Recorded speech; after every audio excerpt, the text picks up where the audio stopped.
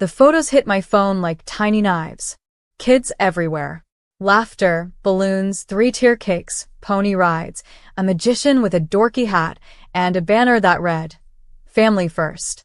Except my son wasn't there. Not by accident. Not by oversight. By choice. My name is Kendra. And from wherever you're watching this, stay with me. Because let me ask you, have you ever watched your child be erased from a celebration that was supposed to be for everyone? They planned it for months, Mom and my sister, Tiffany. A massive backyard blowout for all the cousins, nieces, nephews. Over 100 guests. A unicorn bounce house. Hand-painted invites. The whole thing coordinated like a royal event. But when I asked why my 7-year-old, Micah, didn't receive one, my mom said, "We just didn't think he'd fit in. You know how he gets. He has anxiety. He gets overstimulated sometimes." So they excluded him from his own family. I stared at the screen, at photos of Tiffany's twins holding matching gift bags and riding ponies while my son sat on our living room rug, confused why he wasn't getting dressed like the others. I didn't cry. I didn't scream. I took him out for ice cream instead, just us two, and told him it was a quiet day just for him. But I knew what I had to do. This wasn't the first time they treated my child like a problem, but it would be the last time they did it without consequence. So while Tiffany posted videos with captions like, "Cousins make the best memories," I started documenting every snub, every school committee where my name was mysteriously left off, every passive-aggressive text about how Micah was too sensitive. They painted me as dramatic for years. But I'd learned something powerful. You don't have to shout when the truth is loud enough on its own. So no, I didn't crash the party. I didn't go live. I didn't confront anyone. I got to work, quietly, carefully, and built something that made their little backyard parade look like a garage sale. And by the time I was done, Tiffany wasn't posting party pictures anymore. She was changing her phone number and her zip code. That night, after I tucked Micah in, I sat at the kitchen table and opened a fresh document on my laptop. Title: The Pattern. Every incident, every slight, every backhanded comment, denial, and dismissal, lined up in bullet points, with dates and screenshots. Because this wasn't just a party. This was the culmination of years of quiet cruelty masked as family traditions. Like the Christmas my mom forgot Micah's name on the cousins' gift list. Or the Thanksgiving where he was told the kids' table was full and had to eat alone in the hallway. They always had an excuse. They always said it with a smile. They always acted like I was the one overreacting. But now, I had proof. A pattern. A story waiting to be told. I didn't want pity. I wanted accountability, the kind that hurts in places where apologies can't reach. So, I started where they never expected. The school district. Tiffany had just joined the PTA, loud, boastful, eager to climb social ladders. She bragged about being a founding member of the district's inclusive family committee. And I had receipts, emails, chats, and audio of her dismissing my son as difficult and disruptive at past events. She was their poster mom. I sent a carefully written letter to the committee head, attached the clips, forwarded the text where she joked Micah was a vibe killer. I didn't even add commentary. The content spoke for itself. But that was just phase 1. Phase 2? Local parenting forums, neighborhood Facebook groups, event planner circles, all places Tiffany relied on to maintain her curated image of supermom. I posted nothing defamatory. I simply asked questions. What would you do if your child was the only one excluded from a family party and the host ran a public kids events company? The responses? Furious. Viral. A storm of empathy and outrage.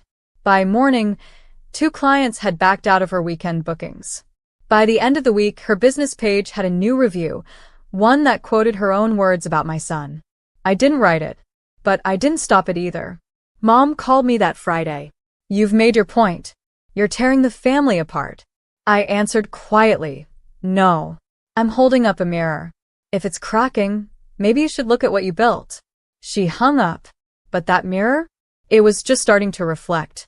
And soon, everyone would see exactly what kind of family they'd been applauding.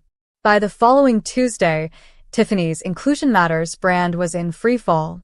She tried to post a teary-eyed selfie on her Instagram story, saying she was the victim of misunderstandings and online bullying, that people were twisting words out of context. But I didn't have to say a word.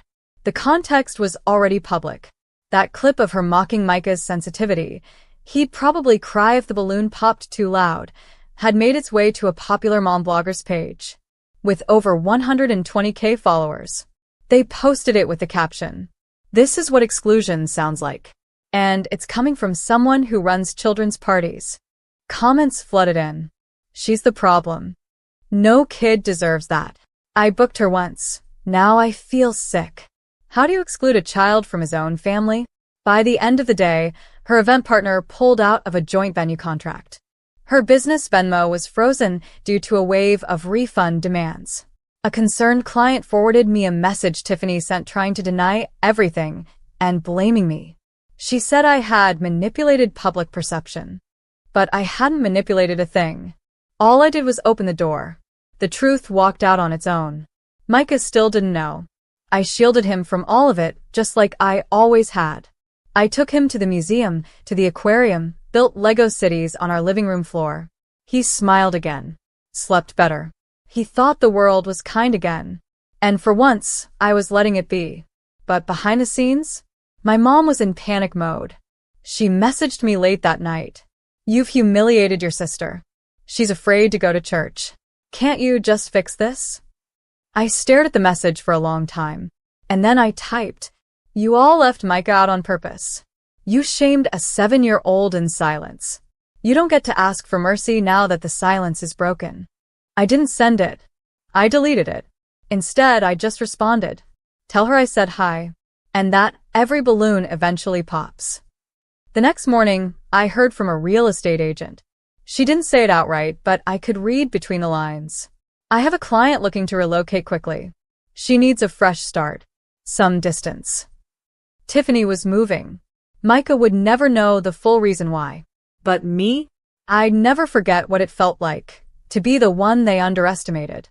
And then to watch them run from the party they once hosted. The moving truck arrived on a rainy Monday. No fanfare. No goodbyes. Just a gray van with smudged lettering and men who didn't ask questions. I watched from across the street, arms folded, heart calm. Tiffany had plastered herself across every social platform as the fun aunt, the community mom, the curator of magical childhoods. But now, the banner was gone. The backyard was quiet. And the neighbors? They were whispering.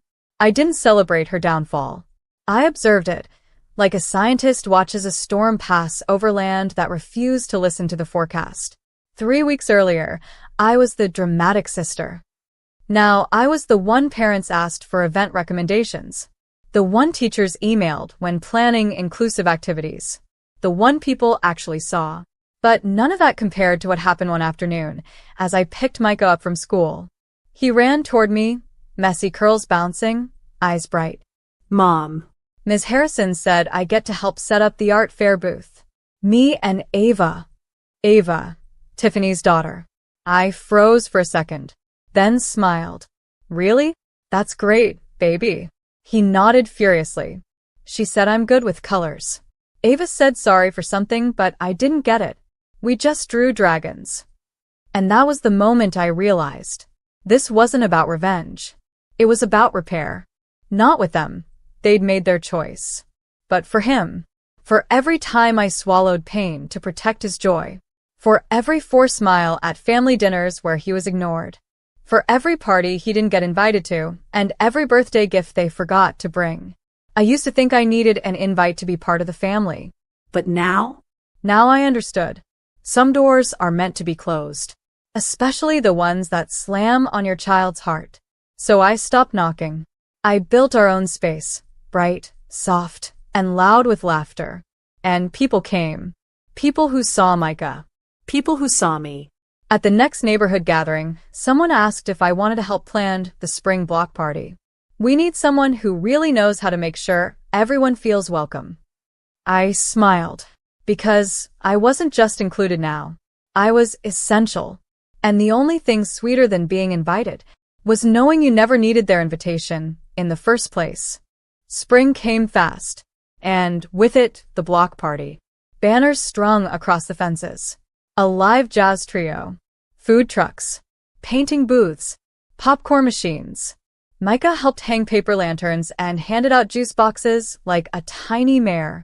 He wore his favorite red hoodie and a grin that never faded.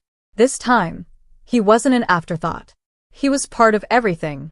People came up to me all day, new moms, old neighbors, even teachers from Micah's school, just to say, "We're so glad you're here." And then, as if on cue, Tiffany showed up. She hadn't moved too far away, just across town, and apparently, she wanted to swing by and make things right.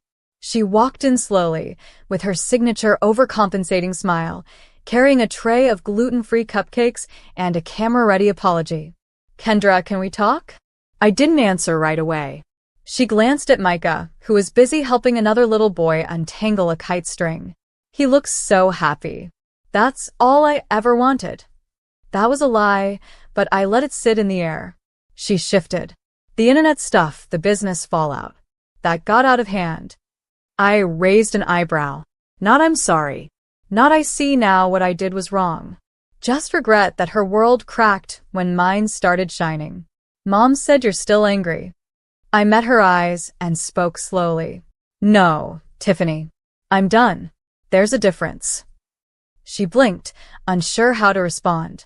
"Look," she tried again. "I didn't mean to hurt Micah. He's a good kid." I leaned in. "You didn't have to mean it.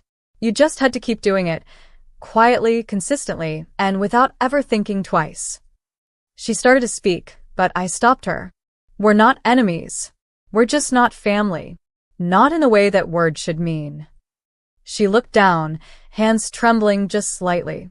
For the first time, I saw the crack behind her smile. "So what now?" she asked. I looked out at the kids laughing in the distance, one of them mine, finally belonging. Now? "You live your life. And I live mine.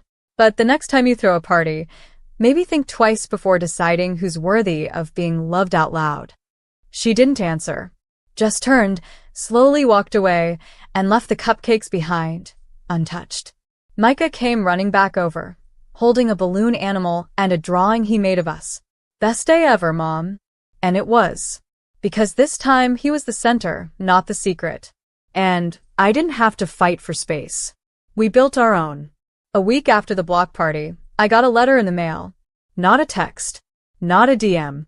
An actual envelope with floral print edges and cursive handwriting I knew too well. My mother's. Inside was a family photo, a professionally taken one from the infamous pony ride party. All the kids lined up in color-coded outfits. Parents laughing. The whole perfect clan beaming for the camera. Except for one thing. In the bottom corner, where Micah had stood in every group photo before, there was air. Blank space. It was so obviously cropped, it was insulting. She'd mailed it with a post-it stuck on the back. "Hope you'll come around eventually. We miss you." I held the picture in my hands, my chest tight, not with grief, but with clarity. This wasn't forgetfulness. It wasn't passive exclusion. It was surgical.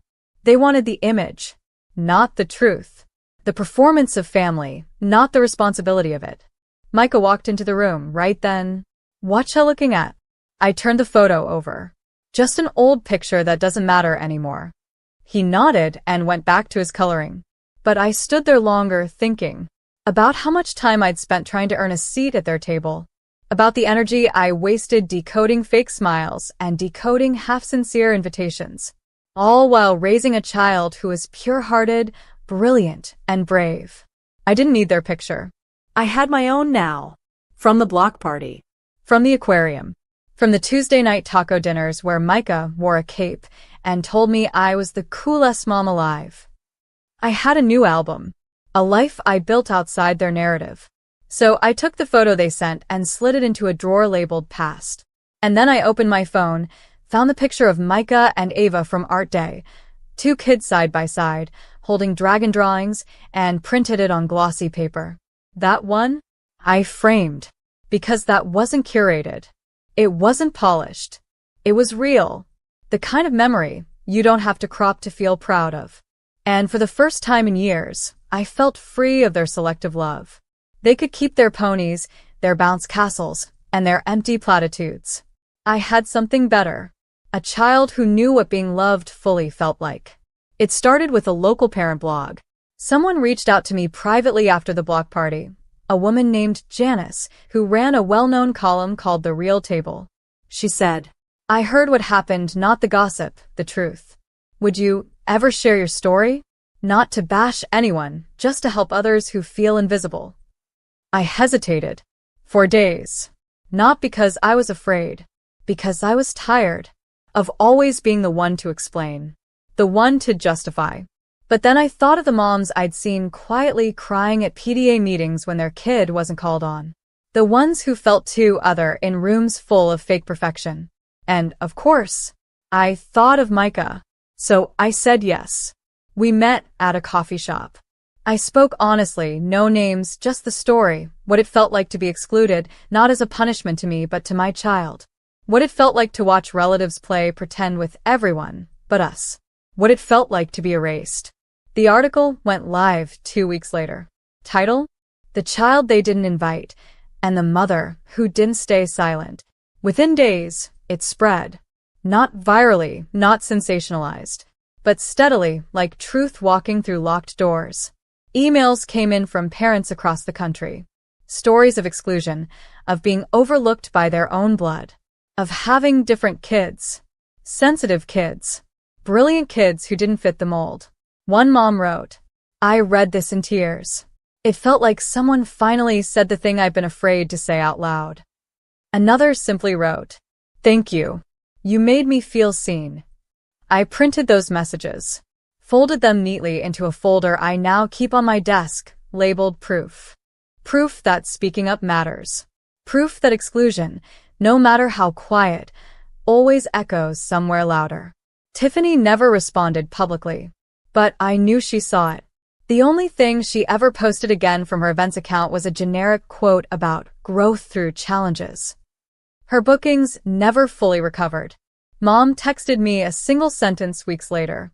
"You didn't have to go that far." I replied, "You did. I just followed the map you drew." And that was it. No more photos. No more invites. No more pretending. Because this wasn't about being let back into their party. It was about making sure the next kid, the next mom, didn't have to wonder if they were crazy for feeling excluded. We were crazy. We were just finally done being quiet. Summer came, and with it, Micah's birthday.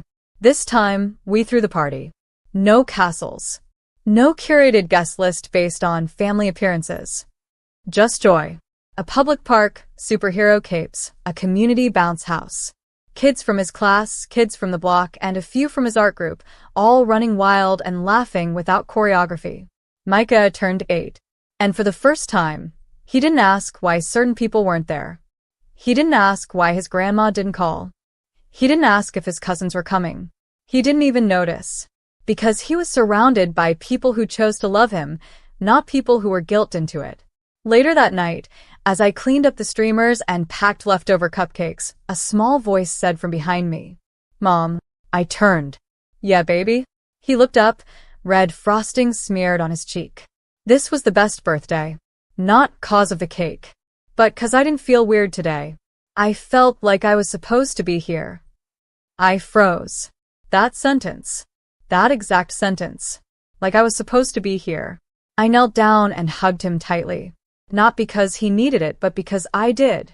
All the years I'd questioned myself, tried to fit into rooms that rejected me quietly, smiled through dinners where my child was forgotten. And here he was 8 years old, standing in his truth. Confident. Whole. Seen. Not because they changed, but because I stopped waiting for them to. And in doing so, I taught him the lesson they never could. That you don't need their banner to feel like you belong. That family isn't blood that excludes you, it's love that surrounds you. That the quietest revenge is a full, beautiful life. No fights. No scenes. No screaming matches in their living rooms. Just a child who laughed all day and a mother who finally understood that the biggest celebration is being uninvited and not wanting to go. Weeks later, Tiffany moved again.